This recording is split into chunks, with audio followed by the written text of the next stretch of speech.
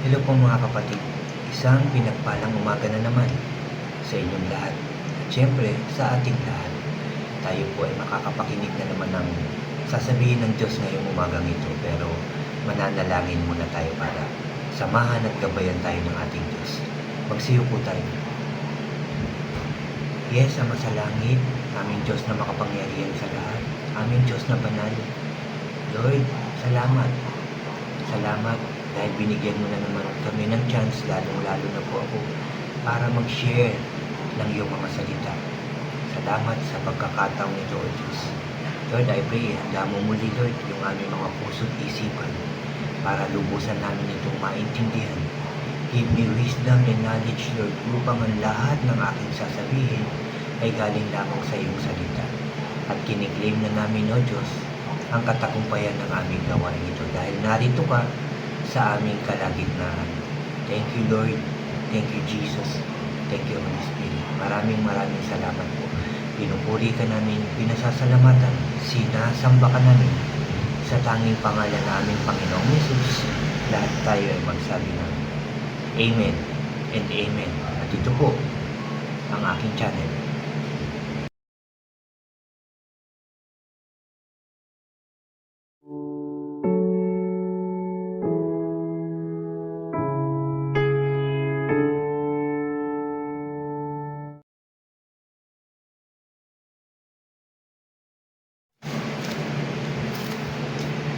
Hello po ulit mga kapatid, ulitin ko lang, isang pinagpalang umaga po sa ating lahat.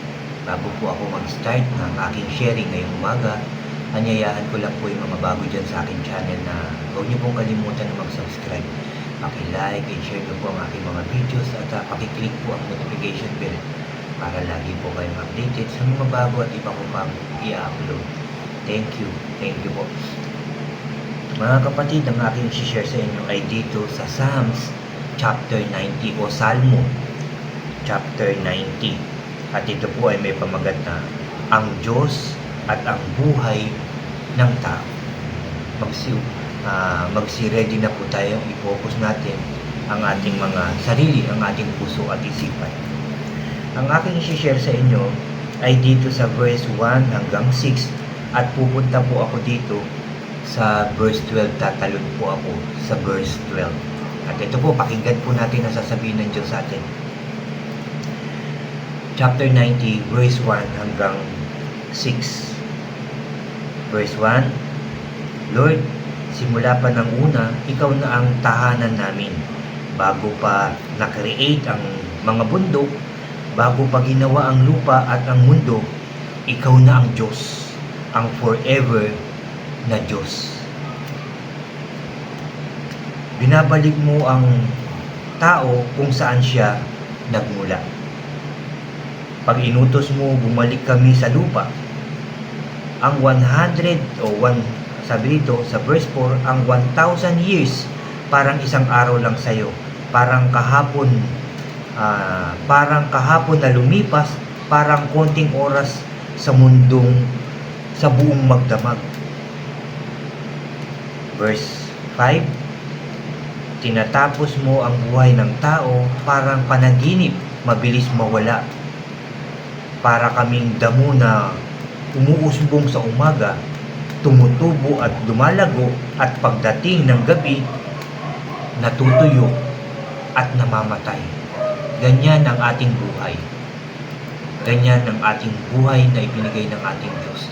Siya lang ang nakakaalam kung kailan niya kukunin o kung magtatagal pa tayo o kung sandali lang ang buhay natin dito sa mundo dahil siya ang may gawa, nagbigay ng buhay sa ating lahat. Siya nag-create ng lahat pati tayo siya rin ang nakakaalam nito kung kukunin niya na yung kanyang buhay na ipinagkaloob sa atin. Siya nagbigay ng lahat. Kaya anong sabi sa verse 12? Kaya ituro mo sa amin gaano kaiksi ang buhay para maging matalino kami. Salamat sa salita ng ating Diyos. Salamat sa pagkakabasa ng salita ng ating Diyos. Unitin ko lang mga kapatid itong verse 12. Kaya ituro mo sa amin gaano kaiksi ang buhay para maging matalino kami. Ituro dapat sa atin ng Diyos. Alamin natin ito mga kapatid, ipanalangin natin ito. Na itanong natin, Lord, ano ang dapat kong gawin habang nabubuhay pa? Kagaya ko sa age ko. Kasi sinabi dito sa Biblia na ang buhay lang ay umaabot sa 70 o pag malakas-lakas pa hanggang 80 ang ating buhay. Kaya sobrang bonus na yung inaabot ng mga 90, 100 at umaabot pa ng mahigit pang 100. Sobrang bonus ng Diyos na ipinagkaloob. Pero paano yung mga taong bata pa lang, may sakit at karamdaman na, nakahiga na, nandun na sa hospital o nasa bahay na lang nakahiga, diba? Tinutulungan na lang na makakain, makapaglinis ng katawan, hanggang kailan lang sila. Kaya dito, sa tinuturo sa atin ng ating Diyos at paalala ngayong umagang ito ng ating Diyos na maiksi lang ang buhay. At sinasabi pa niya, akin ang mundo, akin ang buhay niyo. Ibig sabihin, sa Kanya tayo lumapit, sa Kanya tayo tatawag, sa Kanya tayo hihingi ng tulong, ng kalakasan, ng idadagdag pa sa ating buhay. Wala namang makakapagdagdag ng buhay natin, kundi ang Diyos lang. Kung sasabihin nyo, yung nagpagamot sa hospital, binayaran ng malaki, nadagdagan pa yung buhay. Kaloob ng Diyos yun. Walang makakapagdagdag ng buhay natin, kundi ang Diyos lang. At Diyos lang din ang makakabawi nito at wala nang iba. Kaya dito sa tinuturo sa atin ngayong umagang ito, nabilangin na natin yung mga araw. Bibilangin na kasama ang paggawa ng kabutihan, pagsunod sa lahat ng sinasabi ng Diyos, at habang binibilang natin ang natitira nating buhay dito sa mundo, samahan natin ito ng mga panalangin, araw-araw, oras-oras, ng pagbabasa ng Kanyang salita at pagtupad nito. At sigurado ko, dadagdagan niya ang buhay natin. Mapagmahal ang Diyos, maawain ng Diyos, at makapangyarihan ng ating Diyos. Siya lang ang makakagawa ng hindi magagawa ng tao. Dahil, anong sabi sa Luke 1:37? Sapagkat walang imposible sa Diyos. Yan po ang tatandaan natin. Walang ibang makakapagbigay, makakapagdagdag ng ating buhay, kundi ang Diyos na nasa langit. Ang ating Ama na makapangyarihan. Kaya dito sa umagang ito, sa sinasabi sa atin ng Diyos at tinuturo sa atin, na ituro niya sa atin kung gaano kaiksi ang buhay para maging matalino tayo. Kasi pag tinuro niya sa atin yan, alam na natin yung mga gagawin natin ng tama. Diba? Kasi kung hindi natin ito malalaman, baka puro mali pa yung ating mga ginagawa. Baka palpak pa yung ating mga gagawin. Pero dahil sa tinuturuan na tayo ng Diyos ng ating mga gagawin, alam na natin ang tama at mali. At makakapamuhay tayo ng masaya. No, sabi pa nga dito, dagdag ko itong verse 17, Panginoon at Diyos namin, i-bless mo po kami. Maging successful sana ang lahat ng aming gagawin. Yes, maging successful sana kami. No, yan ang ating din panalangin sa ating Diyos. Maging successful tayo habang binibilang natin, habang pinaghahandaan natin yung natitirang araw natin dito sa mundo, sa mundong ito. Manalangin tayo, na i-bless tayo ng Diyos, nabigyan pa tayo ng kalakasan, nagabayan tayo, na proteksyonan tayo, na ingatan tayo, kasama ng ating pamilya, ng ating mga mahal sa buhay, at syempre, yung ating mga kapatid sa pananampalataya sa buong mundo. Ipanalangin din natin sila. At ang Diyos na ang bahala sa atin. Diba? Napakabuti ng Diyos sa atin. Gusto niya matuto tayo.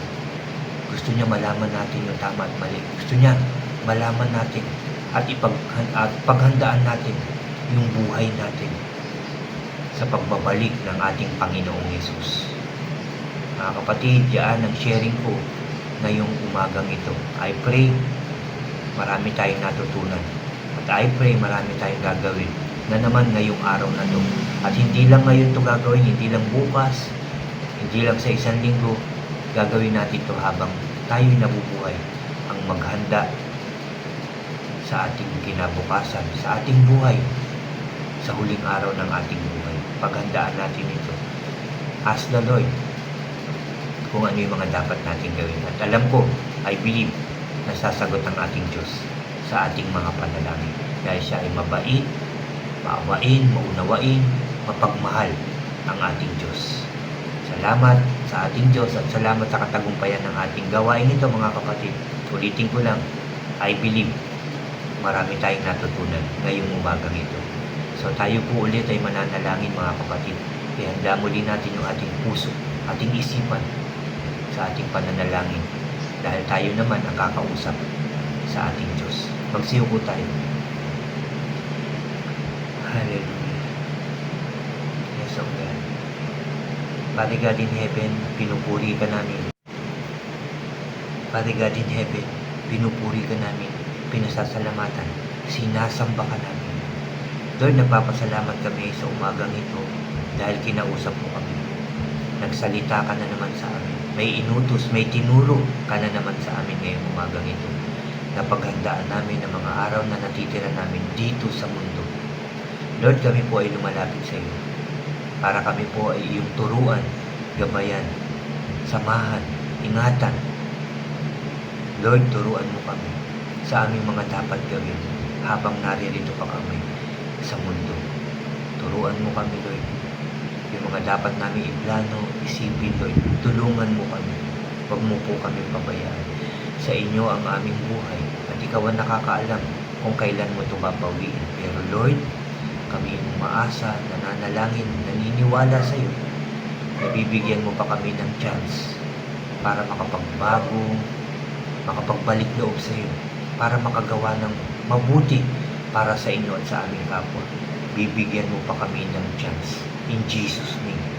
In Jesus' name. Kaya kami po ay nagpapasalamat. Lord, every minute mo kami turuan para mabago kami, para makasunod kami sa iyo. At lalo-lalo na mga servant mo, Lord, turuan mo kung paano kami makakapaglingkod sa iyo ng maayos, tama at tapat, O Diyos. Lalo-lalo na po ako. Help me, guide me, teach me, protect me, O God, sa ng aking mga mahal sa buhay, mga kapatid sa pananampalataya, at ang lahat ng sumusunod ng iyong mga salita. Thank you, Lord, dahil I believe na nadinig mo po kami. Kaya ako po ay nagpapasalamat sa panalangin ito, sa gawain ito, na nagtagumpay at dininig mo na ang aming panalangin. Tinugon mo na ito. In Jesus' name. Salamat sa kalakasan, salamat sa pagpapagaling mo sa mga may sakit at karamdaman.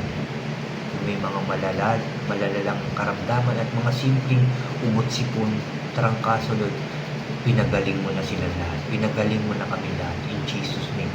Salamat sa pagpapala. Salamat sa pagkain na magpapalakas sa amin. Salamat sa lahat. Sa magagandang bagay na ipinagkakaloob mo po sa amin. At maraming salamat sa iyong mga salita na naman na aming narinig ngayong umagang ito. Thank you, Lord, sa iyong pag-ibig na hindi nagbabago sa lahat ng tao. Salamat po. Salamat po. Salamat po, Lord. Salamat, Jesus. Salamat, Holy Spirit. Salamat po. Hanggang sa susunod naming gawain, Lord, muli mo kami samahan, turuan at gabayan. Sa pangalan ng aming Panginoong Hesus, pinupuri ka namin, pinasasalamatan, sinasamba ka namin, O Diyos. Sa iyo lamang ang pinakamataas na papuri at pagsamba. Sa tanging pangalan ng aming Panginoong Hesus, lahat tayo ay magsabi ng Amen, Amen, and Amen po. Amen. Salamat sa ating Diyos. Dinig na dinig niya ang ating panalangin. At natutuwa siya sa ating gawain ito. God bless po sa inyong lahat. God bless po sa ating lahat.